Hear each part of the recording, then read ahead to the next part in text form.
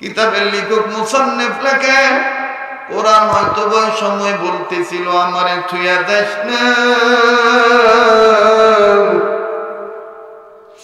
আমারে থুইয়া দেশ না। বাজানো আগেই বলেছি লক্ষ লক্ষ মানুষ হইতে হবে, হেদায়েত পাওয়া লাগবে। এই উদ্দেশ্য উম্মতের হক্কানি আলেমদের নয়। বন্ধুরা বারবার বলবো, কেউ যদি চলে যায় চলে যেতে দিবেন বন্ধ। সবার অন্তরাত্মায় সবার মস্তিষ্কে বয়ান ঢুকবে না, তবে আমার দিল বলার বাবা আজকের মাহফিলে দোয়া আমার আল্লাহ কোরআন কবুল করবেন।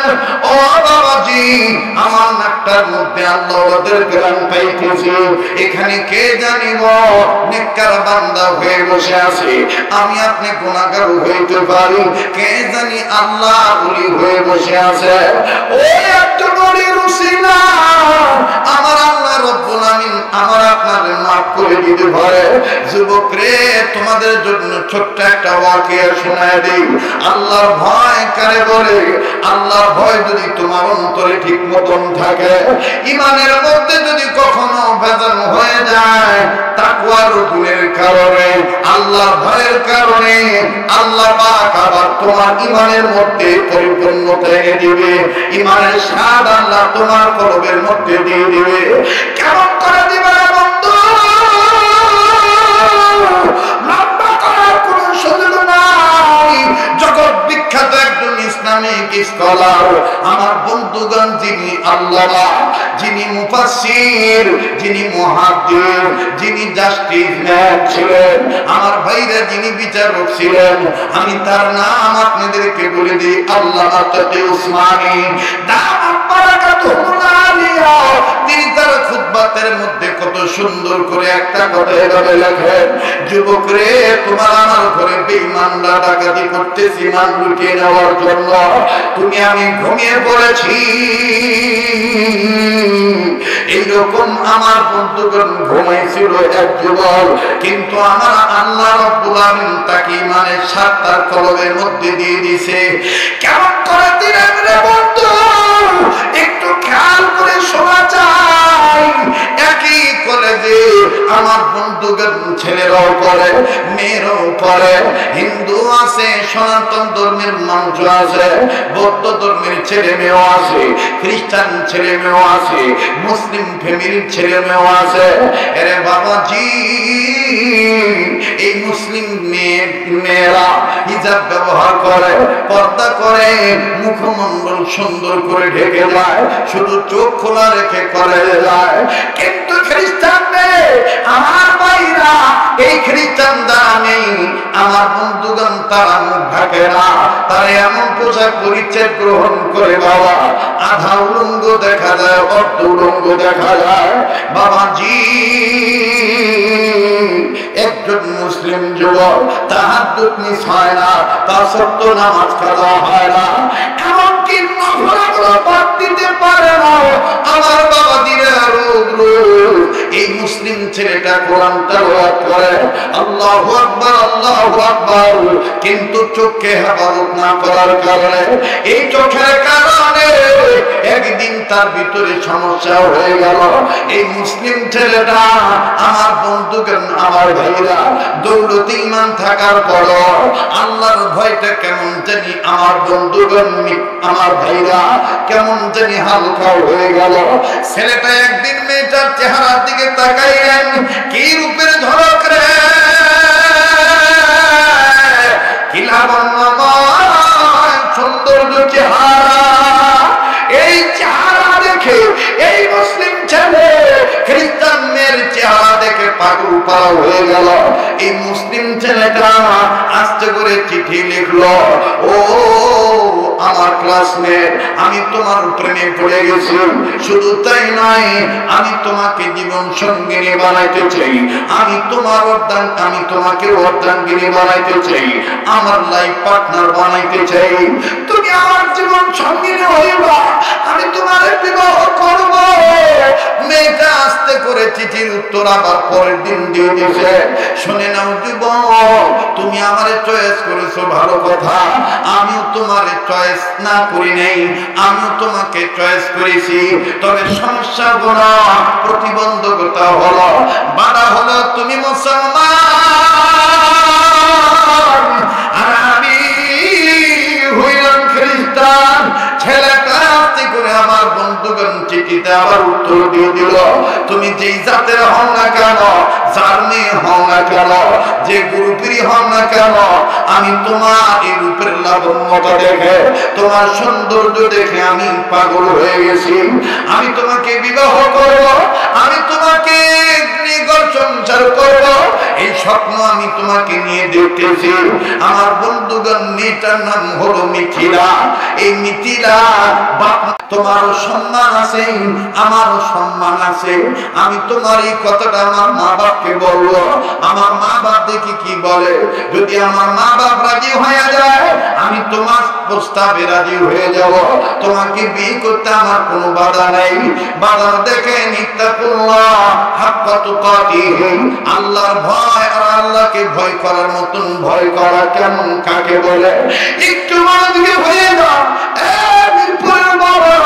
ও বাংলা কলেজ এলাকার আশেপাশের বাপ ভাইরা, বিভিন্ন জায়গা থেকে আমার বাবা ভাইরা, এই মিরপুরের বাসিন্দারা, ঢাকা জেলা দারুসালাম থানার বাসিন্দারা, কে কোথা থেকে এসেছেন আমার জানা নাই। এক ফোঁটা চোখের পানি দেখেন, আপনি ভালোইতে পারেন কিনা একটু সময় দিয়ে দিবেন বন্ধু। এখানে তো আর আপনি মন্দ জায়গায় বসে নেই, আপনি তো আর খারাপ জায়গায় বসে নেই, আপনি একটা নেকমুখ মিশে বসে আছেন। যতক্ষণ আপনি আলেমদের চেহারা দেখবেন, ততক্ষণ সগীরা গুনাহ বইতে থাকবে। স্টেজে কত আলেমরা বসে আছে, বাবাজি কার জীবনের হায়াতের বাতি কখন নিভে যাবে এটা কারো জানা নাই। একটু খেয়াল করে মনোযোগ সহকারে কথাগুলো শোনা চাই। ভাইয়া, তুমি এখান থেকে যে আর কি করবা? হয়তোবা তুমি মোবাইল টিপবা, অথবা তুমি কর্মজীবী মানুষ হওয়ার ফলে আগামীকালকের কর্মব্যস্ততার রুটিন তুমি সাজাইবা, কি কি কাজ তুমি করবা। এমন তো হইতে পারি, এমন তো হইতে পারি আজকে রাত্র তোমার আমার জীবনের শেষ রাত্র হইতে পারে। কথা বলেন ঠিক না বেঠি? মুসলমান ভাই আমার বন্ধুগণ, কাজে জীবনের চেয়ে কোরআন মনে করে মান করছি। এইবার এই মিথিলার কথা, লম্বা কথা সংক্ষেপ করে দিলাম। আল্লাহ ভয়, ইমানি দৌলত দেখেন, ভয় করার মতন ভয় কারে বলে? এই মুসলিম ছেলেটারও কথা মিথিলা আস্তে করে তার মা বাপকে দিয়ে বলল। মা বাপ ডাক দিয়ে বলে, মারে তোর কথা আমরা সাপোর্ট দিলাম, তবে আমরা ছেলেটার সাথে পার্সোনাল আলাপ করব। তবে মা, তোর মা বাবা হিসেবে বলি, তোর মন্দ করব না, ভবিষ্যৎ যেন তোর ভালো হয়, সেই লক্ষ্যেই ছেলেকে আমরা কিছু শর্ত দেব। ছেলেটাকে আমাদের সাথে কথা বলতে বলো। তবে ছেলেটাকে বলে দিও, ছেলেটার ফ্যামিলির কোন মুসলিম সন্তান নারী, মুসলমান কেউ যেন আমাদের সাথে না আসে। পার্সোনাল আলাপ করবো ছেলেটার সাথে। কষ্ট হইতেছে আপনাদের? কষ্ট হইতেছে? বলে পার্সোনাল আলাপ করব, কেউ যেন মুসলিম পরিবারের পক্ষ থেকে না আসে, শুধুমাত্র ছেলেটা আসবে। এবার বাজানো ছেলেটাকে মিথিলা বলল। ছেলে বলল, ঠিক আছে, আমি একাই যাব, কেউ আমার সাথে যাবে না। গভীর মনোযোগী কথা শোনা চাই। এই ভদ্র ছেলেটা, নামাজি ছেলেটা, ওই মেয়েদের সৌন্দর্যে প্রলোভনে পড়িয়া আমার বন্ধুগণ তাকওয়ার মধ্যে একটু দাগ লাগাইল। দেখেন কি ক্ষতি হয়ে গেল আমার বন্ধুগণ, আমার ভাইরা। ও বাদানো, প্লিজ কেউ কারো দিকে তাকায়েন না। ছেলেটা চলে গেল মিথিলার বাবা মার কাছে, খ্রিস্টান পরিবারে ঢুকলো। মেয়েটার মা বাবা মেয়েটাকে বলে দিল জানালা আটকাও, দরজা আটকাও, আর তুমি একটু বাইরে যাও, আমরা ছেলেটার সাথে একটু পার্সোনাল কথা বলবো। আগেই বলেছি যা করব তোমার ভালোর জন্য করব। মা বাপ আমার বাইরা খ্রিস্টান ফ্যামিলির এই মেয়েটার মা আর বাবা ডাক দিয়ে বলতেছে তোমার নাম কি? বলে আমার নাম ওমর। তোমার বাবার নাম? বলে ওমর। তোমার মার নাম? বলে ওমর। তোমার কোয়ালিফিকেশন কি? বলে এই। হ্যাঁ হ্যাঁ, তুমি কোয়ালিটি সম্পন্ন ছেলে, আমাদেরও চয়েস হয়েছে, এখন কি আমাদের মেয়েকে তোমার চয়েস হয়েছে? বলে শুধু চয়েস নয়, ওর জন্য নিজের জীবনটা দিয়ে দিতে পারি, ওরে না পাই না আমি বাঁচবো না, ওরে আমি জীবন সঙ্গিনী বানাবো, লাইফ পার্টনারও বানাবো। এবার মা বাবা দেখতে পারলো মিথিলার পক্ষে ছেলেটা ভীষণ দুর্বল। ডাক দিয়ে বলে মুসলমান ছেলে, আমাদের মেয়েকে যদি তুমি পেতে চাও তাইলে মেয়ের মা বাবা হিসাবে আমাদের কিছু শর্ত মানতে হবে। বলে কেয়া কেয়া শর্ত হয়? কি কি শর্ত বলেন তো দেখি আপনারা। বলে এক নম্বর, তুমি মুসলমান থাকতে পারবা না, তোমাকে খ্রিস্টান হইতে হবে। একটু খেয়াল করেন বাবা, ডাক দিয়ে বলতেছে এক নম্বর তোমাকে খ্রিস্টান হতে হবে। বলে দুই নম্বরটা কি? বলে এরকম আরো কয়েকটা আছে। দুই নম্বর হলো তোমাকে শুকরের গোশত আমাদের সামনে খাইতে হবে। বলে তিন নম্বরটা কি? বলে তিন নম্বরটা হলো মদ দিয়ে তোমাকে গোসল করতে হবে এবং মদ তোমাকে পান করতে হবে। বলে পাঁচ নম্বরটা কি? বলে পাঁচ নম্বর হলো তোমার আর আমার মেয়ে বিবাহ যখন হয়ে যাবে, তুমি তো খ্রিস্টান হয়ে যাবা, আমার মেয়েকে নিয়ে অনেক দূর তোমার চলে যেতে হবে, এই দেশে তুমি থাকতে পারবা না। এবং আবার সাত নম্বর হলো তুমি যে সিম কার্ডটা ব্যবহার করো এই সিম কার্ডটা তুমি ইউজ করতে পারবা না, প্রয়োজন বোধে মোবাইলটাই তুমি চেঞ্জ করবা, নতুন করে তুমি মোবাইল নিবা, নতুন করে তুমি সিম নিবা, এত দূর চলে যাইবা যেখানে গেলে আমার বংশের কেউ, তোমার বংশের কেউ তোমারও পাবে না, আমার মেয়েকেও পাবে না। নতুন করে তোমরা নিজের জীবন সাজাইবা, শুধু যোগাযোগ থাকবে আমার ওয়াইফের সাথে, অর্থাৎ তোমার শ্বশুর শাশুড়ির সাথে। সেটা বললো সব মানতে রাজি। মিথিলাকে বাদ দিতে রাজিয়া। এইবার খ্রিস্টান মেয়েটার বাবা ডাক দিয়ে বলল তাইলে তুমি খ্রিস্টান হয়ে যাও, ইমান ছেড়ে দাও। বলে কি করতে হবে বলেন? বলে তুমি স্বীকার করো এইটার উপরই কিতাবের উপরই মানলাম, আমি এখন থেকে কোরআন ছেড়ে দিলাম। বলে হ্যাঁ, আমি আর কোরআন ধরবো না, আমি আর কোরআন খুলবো না, আমি আর কোরআন পড়বো না, আমি আর কোরআন টাচ করবো না। তবে এই কথাটা আমি আপনাকে বলি, ধর্মের কিতাব হিসেবে আমি কোরআনকে এই এতটুকু মানব যে মুসলমানদের ধর্মগ্রন্থের নাম হলো আল কোরআন। একটু আওয়াজ দিয়ে বলেন না সুবহানাল্লাহ। এই শর্তটা বাদে সব শর্ত আমি মানতে রাজি আছি। বলে তাইলে তুমি অস্বীকার করো আল্লাহ তাআলা এক নয়, আল্লাহর বেটা হলো ঈসা। জোরে করে নাউযুবিল্লাহ। আরে বন্ধু, লম্বা কথা সংক্ষেপ করে দিলাম, এই ছেলেটা ঈমান হারা হয়ে গেল। এবার ডাক দিয়ে বলে শুকরের গোশত খাও। এবার শুকরের গোশত খাইল, আমার বাইরে মদ দিয়ে গোসল করলো, মদ পান করলো, এরপরে আমার বাইরে সিম কার্ড চেঞ্জ করলো, চেঞ্জ করার পরে নিজের মুসলিম পারিবারিক কোন লোকের সাথে কিছু বললো না, না বলিয়া 3 তারিখ ধার্য করিয়া মেয়েটার সাথে যখন আমার বন্ধুগণ বিবাহ হয়ে গেল, এই খ্রিস্টান বউকে নিয়ে নব্য খ্রিস্টান হওয়া ছেলেটা তার প্রিয় বান্ধবী প্রেমিকাকে জীবন সঙ্গিনী লাইফ পার্টনার বানাইয়া এত দূর চলে গেল, কেউ কারো কোনো আমার ভাইরা খবর বলে না। কিন্তু আশ্চর্যজনক ঘটনা হলো এই খ্রিস্টান ফ্যামিলির সদস্যরা বলেছিল, ও নব্য খ্রিস্টান হওয়া মুসলিম ছেলে শোনো, আমাদের জামাই বাবু শোনো, সম্মানের কোন পোশাক তুমি নিতে পারবা না, শুধু প্যান্ট শার্ট নিবা, পাঞ্জাবি পায়জামা তুমি নিতে পারবা না। বলে ঠিক আছে আমি তাও নেব না। ভাইজান এটাকে নিয়ে যখন উদাও হয়ে যাবে, একেবারে নাগালের বাইরে চলে যাবে, ফ্যামিলির সদস্যদের নাগালের বাইরে যাবে, দেশের বাইরে চলে যাবে, এই ছেলেটা একটা সিদ্ধান্ত নিল, ও বাজান সব কাপড় চুপু ব্যাগের মতো ভিতরে ঢুকাইল। হঠাৎ করে বাজানো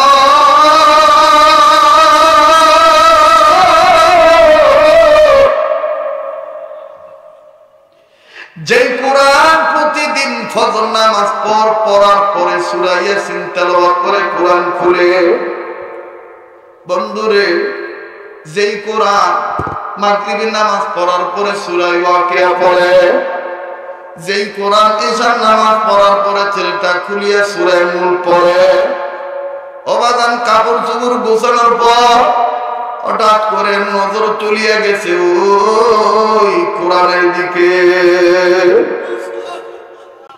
কিতাবের লেখক মুসান্নিফ লেখে, কোরআন হয়তো ওই সময় বলতেছিল আমারে ছুঁয়া দেশ না, আমারে ছুঁয়া দেশ না। বাজানো আগেই বলেছি লক্ষ লক্ষ মানুষ হইতে হবে, হেদায়েত পাওয়া লাগবে। এই উদ্দেশ্য উম্মতের হক্কানি আলেমদের নয়। বাইরে আমি আবারও বলি, এই বয়ান সবার দিলে মুতাসার হবে না, প্রভাব বিস্তার লাভ করবে না। এই যুবক ছেলেটা যৌবনের তার উন্মাদনায় পড়িয়া, দুনিয়ার সৌন্দর্যের প্রলোভনে পড়িয়া এই যুবক ধর্ম ত্যাগ করছে। কিন্তু যখন ব্যাগ গুছাইতে গেল, ওই যে ঘরের কোনায় কোরআন শরীফ আছে, এই কোরআনের দিকে যুবকের নজরটা চলিয়ে গেল।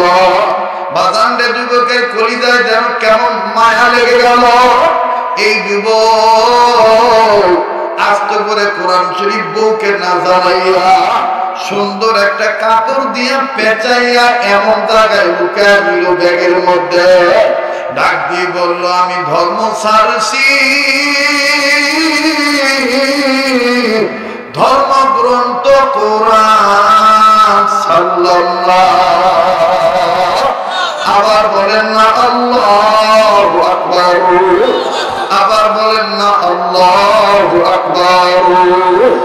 এ বন্ধু ভাইয়া আমার বাবাজিরা, এই নব্য খ্রিস্টান ছেলেরা কোরআন শরীফ ব্যাগের ভিতরে নিয়ে চলিয়ে গেল। বাজারে এমন দূরে গেল কেউ তাদের নাগাল পায় না। আমার ভাইয়া খ্রিস্টান মিশনারির রুটিন অনুযায়ী শ্বশুর শাশুড়ি সহযোগিতায় খ্রিস্টানদের জায়গায় একটা জব নিল। সকালবেলা জবে যায়, বিকেল বেলা সন্ধ্যার সময় আসে। কিন্তু যাওয়ার সময় এই খ্রিস্টান ছেলেটা বউরে না জানাইয়া নতুন বাসভবনে এমন একটা কোণার মধ্যে কোরআন সেট করলো, কেউ বুঝবে না যে এটা কোরআন। এই ছেলেটার সিদ্ধান্ত হলো, আমি কোরআন না ধরি, আমি কোরআন না পড়ি। আল্লাহ দেওয়া চোখ দিয়ে কোরআন দেখলো নাকি সব বাজান রে। আল্লাহ বলেন, আল্লাহ দেওয়া চোখ দিয়ে কোন মানুষ যদি চারটা জিনিসের দিকে তাকায়, মহব্বতের নজরে দেখে, আল্লাহ পাক তাদের গুনাহ মাফ করিয়ে দেয়। আল্লাহ তাদের আমলনামায় অসংখ্য নেকি দান করিয়ে দেয়। ওই চারটা জিনিস কোন কোন জিনিস? নাম্বার 1 কাবা ঘর বাইতুল্লাহ, নাম্বার 2 কুরআনুল কারীম কালামুল্লাহ, নাম্বার 3 হক্কানি রব্বানি উলামায়ে কেরাম আল্লাহ, নাম্বার 4 সন্তান হয়ে আপন মা আর বাবার চেহারা দেখা। প্লিজ একটু সময় দিয়ে দেন। এবার এই নব্য খ্রিস্টান হওয়া মুসলমান ছেলেটা বউরে না জানাইয়া ঘরের কর্নারে আলমারির উপরে যে সাইডে কোরআন রাখছে, এবার যাওয়ার সময়, চাকরিতে যাওয়ার সময়, অফিসে যাওয়ার সময় একবার দেখে, আবার অফিস থেকে আসার পরও একবার দেখে, বউ যেন বুঝতে না পারে। বাজানো এক বছর, 2 বছর, 2.5 বছর চলিয়া গেল। হঠাৎ করে একদিন ওই মেয়েটা, এই মিথিলা যখন ঘর পরিষ্কার করতে গেল, বিভিন্ন পর্দা, সাইটের পর্দা যখন সরাইল, আমার বন্ধুগণ নজর করে দেখে মুসলমানদের ধর্মের কিতাব কোরআন দেখালায়। এই কোরআন কোথা থেকে আসলো? বুঝছি আমার স্বামী নিয়ে আইছে। না না না, আমার স্বামীকে কোরআন আমি আর দেখতে দেব না। এই কোরআন আমি আর ঘরে রাখবো না। এই কোরআন আমি এক্ষুনি বাড়ি থেকে দূরে সরে রাখবো। এই মিথিলা কোরআন শরীফটা নিয়ে এলাকার নির্ধারিত ডাস্টবিনে ফেলে দিল। নাউযুবিল্লাহ। বাগান আবু তোহা আদনান কিন্তু আমার আজকের প্রত্যেকটা ওয়াজ, প্রত্যেকটা কথা কিন্তু ওই ওয়াজের সার নির্যাস। মূল কথাগুলো কিন্তু বাগান আমি মূল কথাগুলি বলতেছি, খুব খেয়াল করে শুনবেন বাবা। ও যেহেতু ওর ভাষায়, ওর আঞ্চলিকতায় সুন্দর করে সাহিত্য ভাষায় ইংলিশ বাংলা মিলাইয়া, আরবি মিলাইয়া আপনাদেরকে শর্টকাটে ক্লাস করার মতন বুঝিয়ে দিয়ে গেছে। আমি এই কথাগুলিরই কোরআন হাদিস এজমা কিয়াস দ্বারা আল্লাহকে নকল করে আমি সার নির্যাস বক্তব্য মূল কথাগুলি বলতেছি। ছেলেটার বিবি মিথিলাই কোরআন শরীফ ডাস্টবিনে ফেলে দিয়ে আসলো। একমাত্র কোরআনের দিকে তাকাইলেই চক্ষু শীতল হইয়া যায়। ওযু করিয়া মুসলমান যদি বুকে কোরআন শরীফ জড়ায় ধরে, দেখবেন অন্তরের মধ্যে কেমন জানি একটা প্রশান্তি লাভ হয়। কথা বলেন ঠিক না বেঠিক? ডাক দিয়ে বলেন, মিথিলা রে, কোন জায়গায় তুমি কোরআন শরীফ ফেলে দিছো? বলে কেন? বলে আমি কোরআন শরীফটা নিয়ে আসবো। বলে এতক্ষণে মনে তুমি আর পাইবা না, কারণ এই জায়গায় যে ইউনিটে যত ডাস্টবিন আছে, ঘন্টায় ঘন্টায় কর্মী চেঞ্জ হয়। নতুন নতুন ময়লা তারা নিয়ে নিয়ে মূল স্তবে রেখে দেয়। এবার ডাক দিয়ে বলতেছে, তুমি বলো না কোন জায়গায় ফেলাইছ, কয়টা বাজে থেকে তুমি কয়টা বাজে ফেলাইছ। খুব খেয়াল। দুনিয়ার মানুষে পড়িয়া ইমানদার ঘরে জন্ম নেওয়ার পরও তোমার চুলের কাটিং খ্রিস্টান কাটিং, তোমার পোশাকের কাটিং ইহুদি কাটিং, তোমার খাওয়ার স্টাইল ইহুদ নাসারার স্টাইল। মনে রাখো, তোমার ইমান নামক ঘরে ডাকাত ঢুকছে, খেয়াল করো নাই। একটু ধৈর্য ধরো। দা গুড নিউজ কাম স্লোলি। ভালো কাজের রেজাল্ট আস্তে আস্তে আসে। আমার বন্ধুগণ, ইন্নাল্লাহা মা'আস সাবিরিন, ইন্নাল্লাহা ইউহিব্বুস সাবিরিন। ধৈর্যশীলদের সাথে আল্লাহ আছে, আল্লাহ থাকেন। আর ধৈর্যশীলদেরকে আল্লাহই ভালোবাসেন। কথা বলেন ঠিক না বেঠিক? এবার বন্ধুরা আমার ভাইরা, এইবার এই মিথিলার স্বামী ডাক দিয়ে বলে, কই কত নম্বর ইউনিটে ফেলাইছ? আর কয়টা বাজে নাগাদ তুমি ফেলেছ? আমাকে একটু টাইম বলো। ডাক দিয়ে বলে, এতটা টাইম থেকে এতটার মধ্যে আমি ডাস্টবিনে কোরআন ফেলে দিয়েছি। বলে, তুমি নিজে ফেলে দিছ নাকি কাজের লোক দিয়ে ফেলাইছ? বলে, কাজের লোক দিয়ে ফেলাইছি।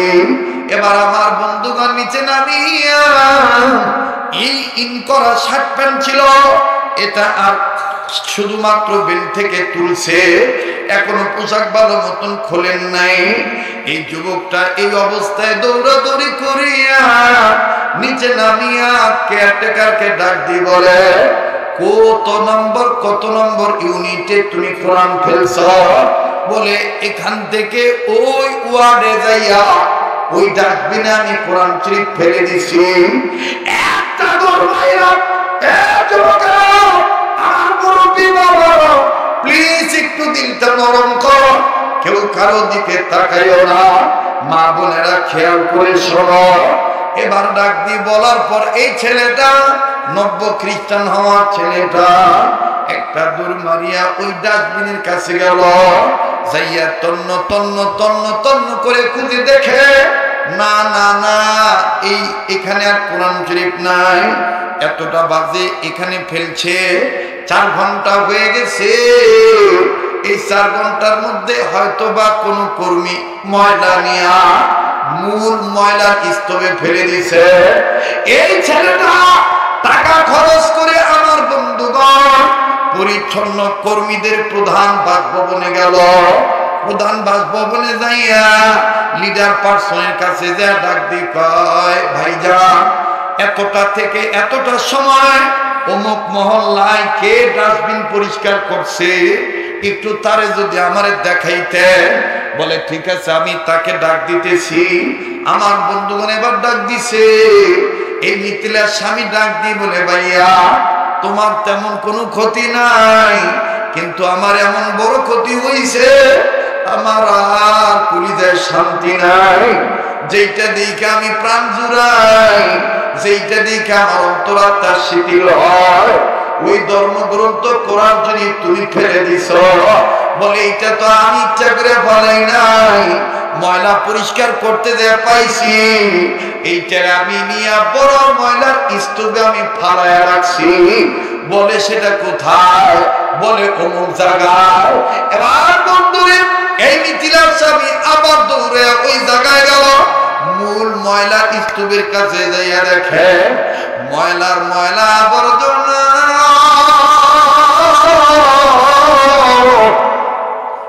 আবার বন্ধুরে কোরআনের চতুর্দিক আর দেখা যায় না। ভালো করে উকি চুকি মেরে খোদাখুদি করে তদন্ত করে দেখতে পাইল আল্লাহ পাকের পবিত্র কালামের প্রথম পৃষ্ঠা কোরআনের কবরের উপরের 7 পৃষ্ঠাটা ভাসিয়া রয়েছে। লেখা আছে ইন্নাহু লাকুরআন কারীম। বলেন আল্লাহু আকবার। এই ছেলেটা 90 খ্রিস্টান ছেলেটা কান্দার দেখো। আবার মিথিলা তোমারে ফেলে দিছে।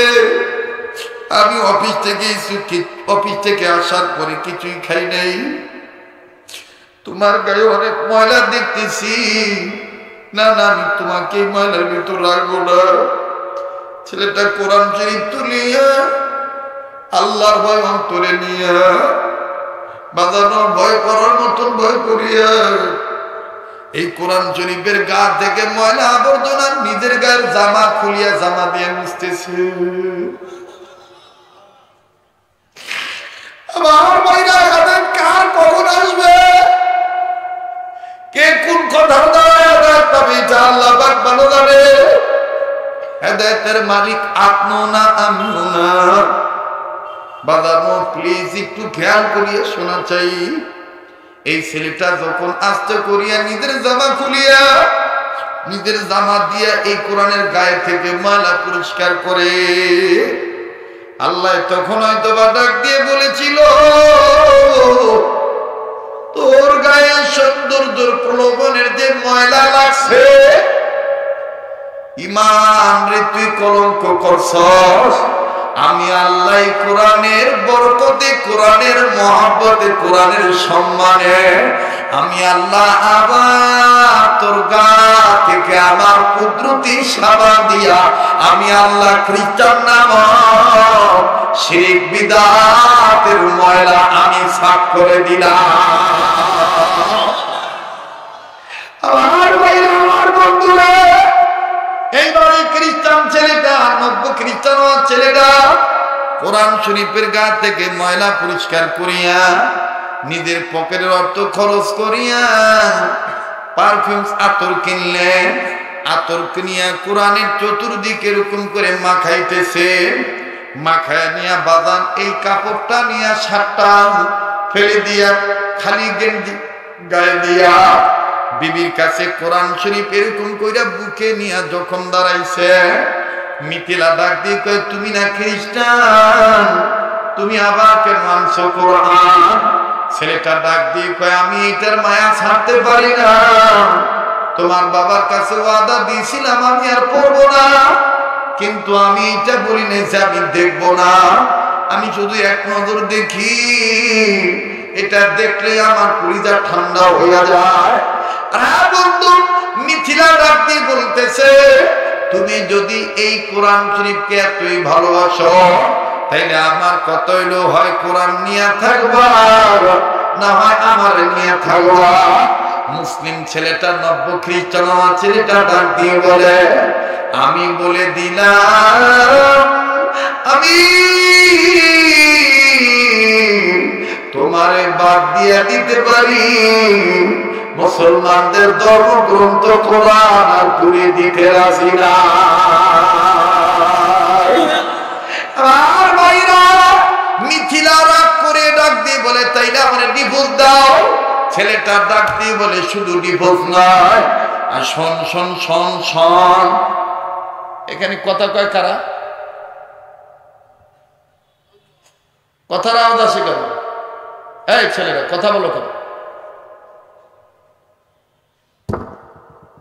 মুসলমান বন্ধুরা রে আমার, এই মিথিলাকে ডাক দিয়ে বলতেছে, শোন, আমি অন্ধ হয়ে গেছিলাম তোর রূপের লাবণ্যতার কাছে, যার কারণে কোরআনের আলোকে আমি অন্ধকার ভেবে আমি কোরআন দূরে রাখছি।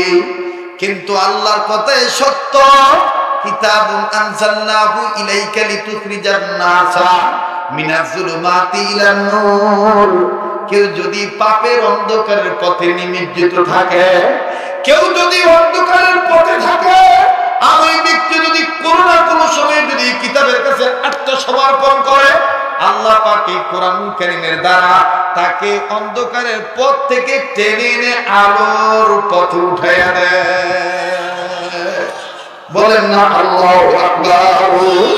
এই ছেলে রাগ দিয়ে বলে, যাও, আমি তোরে ছেড়ে দিলাম, তোর ধর্ম ছেড়ে দিলাম, নতুন করে আমার মরণ করে কালেমা পরিমাণ আনলাম, লা ইলাহা ইল্লাল্লাহু মুহাম্মাদুর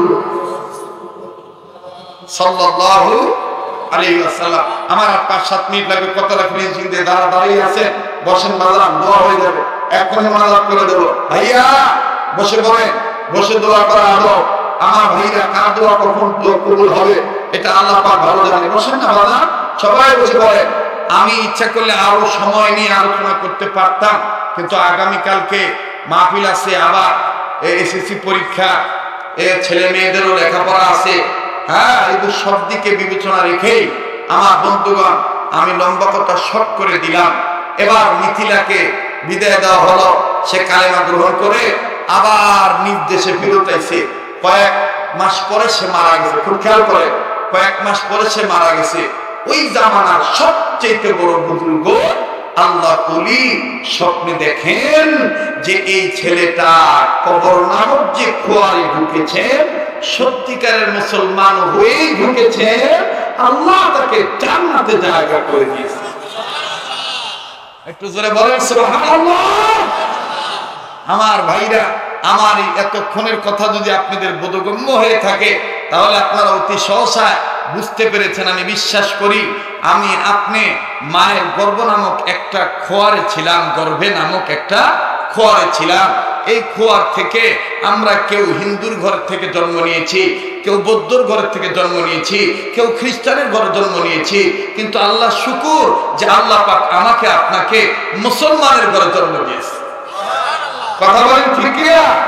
এই জন্য আল্লাহ তাআলা আমাদের এই পাওয়া সম্পদ, ইমানি দৌলত যাদের কাছে আছে, আল্লাহ তাদেরকে দরদ করে ডাক দিয়ে বললেন, ইয়া আইয়ুহাল্লাযীনা আমানুত্তাকুল্লাহ হাক্কা তুকাতিহি ওয়া লা তামুতুন্না ইল্লা ওয়া আনতুম মুসলিমুন। ও দৌলতে ইমানদারের ছেলে মেয়েরা, ও দৌলতে ঈমানওয়ালা বান্দা বান্দীরা, মায়ের গর্ভে নামক খোয়ার থেকে বের হইলা, দুনিয়া হাঁটাচলা করলা, রাজনীতি, অর্থনীতি, সমাজনীতি, শিক্ষানীতি, ব্যবস্থা নীতি, আদান প্রদান, মুআমালা যা আছে সব কিছু করো, কিন্তু করতে যাইয়া আমাকে ভয় করা বাদ দিও না। আমাকে ভয় করিও, আর ভয় করার মতো ভয় করিও, হাক্কা তুকাতিহি, ভয় করার মতো ভয় করিও। আবার শোনো, নির্ধারিত টাইমে কিন্তু আমি আল্লাহ তোমাদেরকে আমার তৈরি করা খোয়ারের মধ্যে তোমাকে আনবই। কথা বলে আনবই। সেই খোয়ারটার নাম হলো কবর। এই কবরে যেন তুমি ঈমান হারা হয়ে না আসো, নন মুসলিম না হয়ে আসো, মুসলিম হয়ে যেন আসো, মুসলমান না হয়ে তুমি মৃত্যুবরণ করিও না। বলেন এই নির্দেশটা কার? নামার আগে আমি আপনাদের কানে, আপনাদের মস্তিষ্কে দুইটা লাইন বলি। এই আয়াতের সাথে হাদিসের সাথে আল্লাহ রাসূল বলেন, আল মারউ মা মান আহাব্বা, যার সাথে যার মহব্বত তার সাথে তার কিয়ামত। ভাইয়া, আপনার উঠা বসা যদি ট্রান্সজেন্ডারদের সাথে হয়, আপনার উঠা বসা যদি মাদক সেবনকারীদের সাথে হয়, আপনার উঠা বসা যদি আমার ভাইরা দুর্নীতিবাদদের সাথে হয়, আপনার উঠা বসা যদি অনিসলামিক কার্যকলাপ কর্মওয়ালাদের সাথে হয়, মনে রাখবেন আপনার ওই দিনের উঠা হাসরও কিন্তু তাদের সাথেই হবে। যার সাথে যার মহব্বত তার সাথে তার কিয়ামত। এজন্যই কবি বলেন, আইশে ইশরাত কে লিয়ে ইনসানিহি, ইয়াদ রাখতো বান্দা হয় মেহমানিহি। মনে রাখো, তুমি আরাম আয়েশ করার জন্য মায়ের গর্ভ থেকে দুনিয়া আসো নাই, এটাকে তুমি আসছো আমল দিয়ে তোমার নিজের এই ঘরটা সাজাও, ওই কবর নামক খোয়ারটা সাজাও। এটা কবির কথা। আমার বাইরে সেই লক্ষ্যে আমি বলতে চাই, বেআমলদের জন্য কবর জায়গা ভালো নয়। কথা কয় না। এই এখন কিন্তু কপাল পোড়ারে চলে যাবে। ধান কাটটা উডানে রাখছেন, রোদ দিয়া শুকাইলেন, কিন্তু ঘরে উড়াইতে পারলেন না। এর চাইতে বড় কপাল পোড়া আর কৃষক কেউ হইতে পারে না। এতক্ষণ বসে থাকলে আর সামান্য 5 মিনিট বসবেন না, এটা হতে পারে না। একটু ধৈর্য ধরেন, আল্লাহ কাকে কবুল করবেন আল্লাহ ভালো জানেন।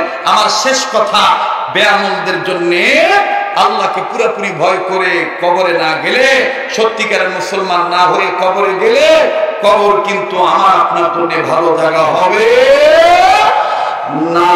কবর জায়গা ভালো নয়, কবর জায়গা ভালো নয়। বলেন, কবর জায়গা ভালো নয়, কবর। আরে ভাই, এই কথাটা বলে এটাই সবর, কবর জায়গা ভালো নয়। একটা জিনিস লক্ষ্য করছেন, আবু তোহা আদনান যে কথাগুলি বলে গেছে, প্রত্যেকটা কথার মেকআপে এবং আলোচনা সেটআপে কিন্তু মোটামুটি আল্লাহর দয়া আসছে কিনা, বলেন আসছে কিনা? জি, কবর জায়গা ভালো নয়, কবর জায়গা ভালো নয়। বলেন, কবর জায়গা ভালো নয়, কবর।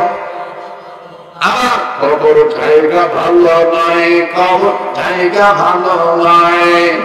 আমল দিয়ে কবর গৃহ সাজায় নিতে হয়, আমল দিয়ে কবর গৃহ সাজায় নিতে হয়। কবর জায়গা ভালো নয়, কবর।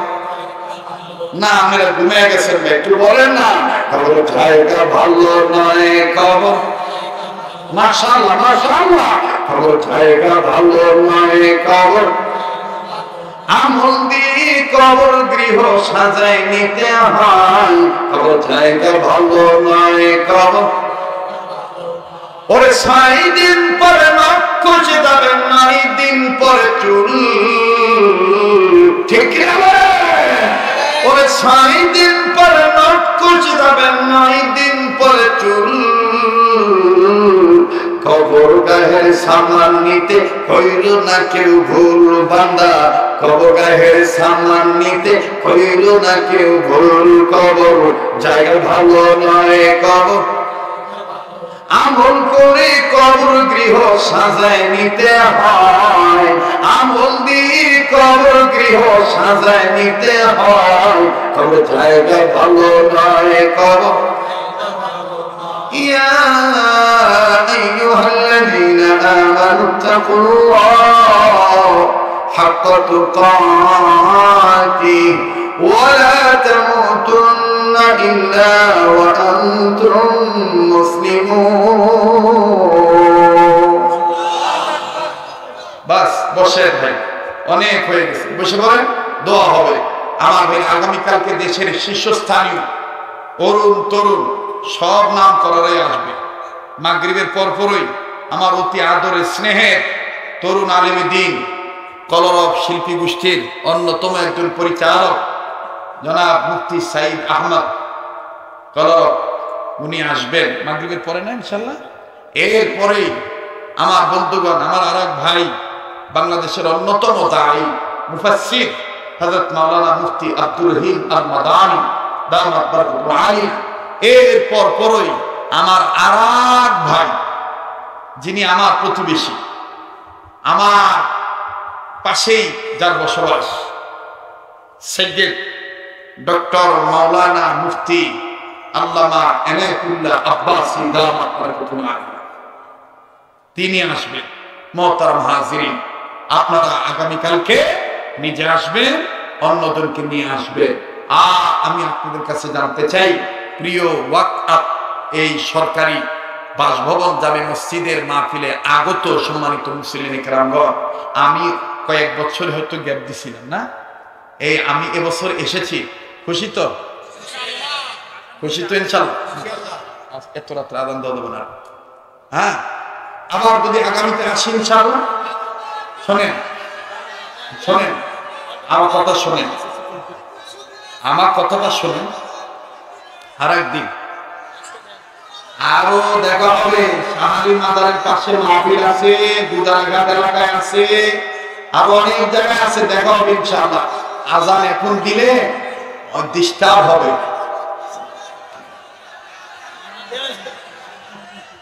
অনেক রাত্র হয়ে গেছে। যাক, শোনেন আমার কথা শোনেন শোনেন। শেষ কথা একটু বলি, আমরা সেই কবর নামক খোয়ারে ঢোকার আগে সত্যিকারের মুসলমান হয়ে মরতে চাই। কারা কারা রাজি আছে? তাহলে আমার সাথে বলেন ইয়া আল্লাহ। বলেন না ইয়া আল্লাহ। রোগ মুক্ত জীবন, অভাব মুক্ত জীবন, ঈমান যুক্ত মরণ নসিব করে, আমাদের নসিব করে। হাত নামা। এই তিনটা কথা খুব দামি কথা না? রোগ মুক্ত জীবন, অভাব মুক্ত জীবন, ঈমান যুক্ত। বলে না বলে না?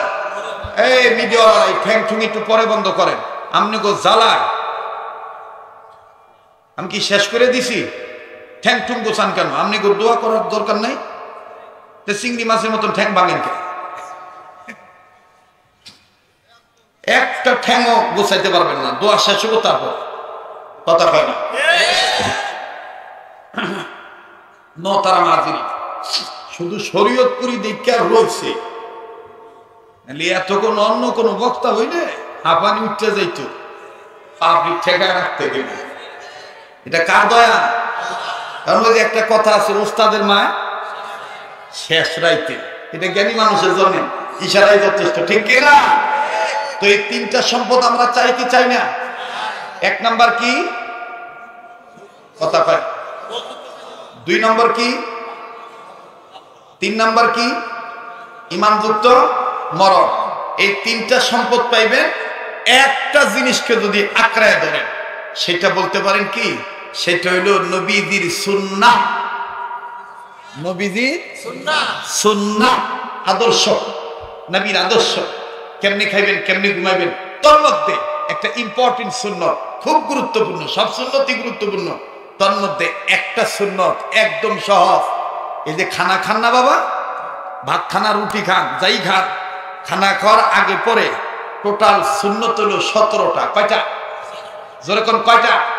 17টা। এর মধ্যে 4 নাম্বার সুন্নত, আবু দাউদ শরীফের হাদিস, 2 হাত কবজি পর্যন্ত দৌত করা। কয় হাত? কয় হাত?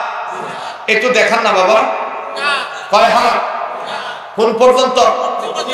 কবজি পর্যন্ত। খানা খাওয়ার আগে এবং মুখস্থ করেন, খানা খাওয়ার আগে এবং পরে 2 হাত কবজি পর্যন্ত যেই উম্মতের নন নারী ধুবে সুন্নত আদায় করবে, আল্লাহ রাসূল বলেন আল্লাহ পাক ওই নন নারীগণকে মৃত্যু পর্যন্ত মহামারী, মরণবেদী, জটিল কঠিন ক্যান্সার, ভাইরাস, করোনা, ওমিক্রন, এগুলো থেকে আল্লাহ তাআলা হেফাজত রাখবে। সুবহানাল্লাহ বলে। নাম্বার 2, তার যদি ঋণ থেকে থাকে, ঋণে একবারে ঢাকা ফেলাইছে, চক্ষু মুখ আন্ধা। কথা কেন? এই সুন্নতটার বরকতে। কোন সুন্নত? পায়া কোন পর্যন্ত? কবজি পর্যন্ত। মাশাআল্লাহ, আজকের আলোচনার প্রত্যেকের আলোচনা থেকে আপনারা কিছু না কিছু নিয়ে যেতে পারতেছেন, ঠিক কিনা বলেন? হ্যাঁ, এই সুন্নতটা যে পালন করবে, 2 নম্বর ফায়দা, রাসূল বলেন আল্লাহ পাক ওই উম্মতের নন নারীগণকে তারা ঋণী থাকলে আল্লাহ গায়বী নুসরত দ্বারা তাদেরকে ঋণ পরিশোধ করার ব্যবস্থা করে দিবে। সুবহানাল্লাহ। নাম্বার 3, সুন্নত ওয়ালা উম্মত হওয়ার বরকতে যেদিন এই নন নারী মারা যাবে কালেমা পড়তে পড়তে ঈমানের সহিত মৃত্যুবরণ করবে। সুবহানাল্লাহ। তাহলে শেষ ভালো না? তাহলে ভাইয়েরা বাবারা আজকে থেকে কি ওয়াদা করা যায়? খানা খাওয়ার আগে পরে রাসূলের এই সুন্নতটা আমরা ইনশাআল্লাহ মানব। বাচ্চাদেরকে শিক্ষা দেব, বন্ধুদের কাছে তাবলীগ করব ইনশাআল্লাহ।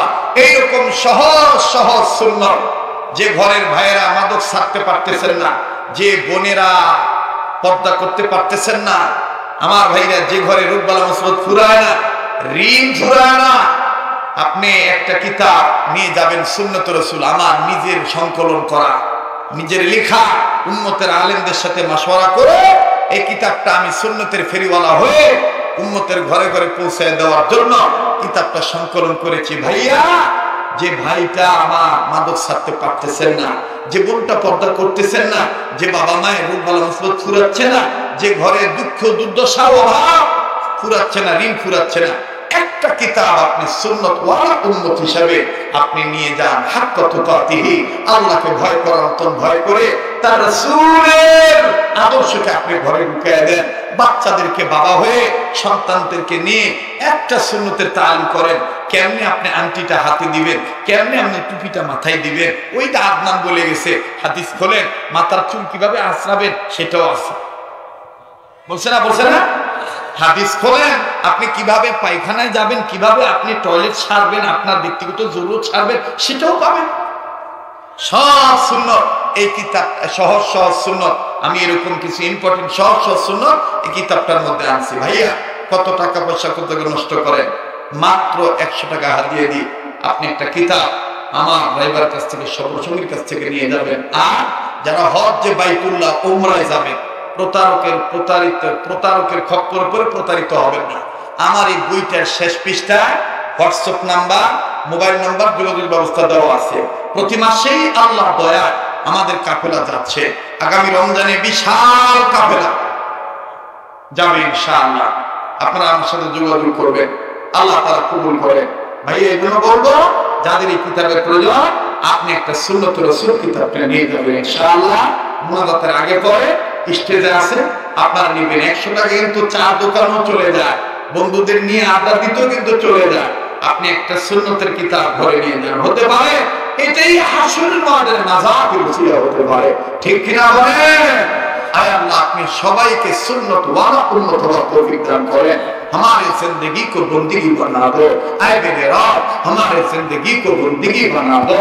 বলেন আমিন, আবার বলেন আমিন। মা বোনদের জন্য অত্যন্ত চমকপ্রদ তথ্যভিত্তিক সুন্নতের আলোচনার কিতাব আপনারা নিয়ে যাবেন ইনশাআল্লাহ। আমি আবারও বলছি, যদি কষ্ট পেয়ে থাকেন আমার কোনো কথায়, কোনো আচরণে, মাফ করে দিবেন। বেঁচে থাকলে আবারও দেখা হবে ইনশাআল্লাহ।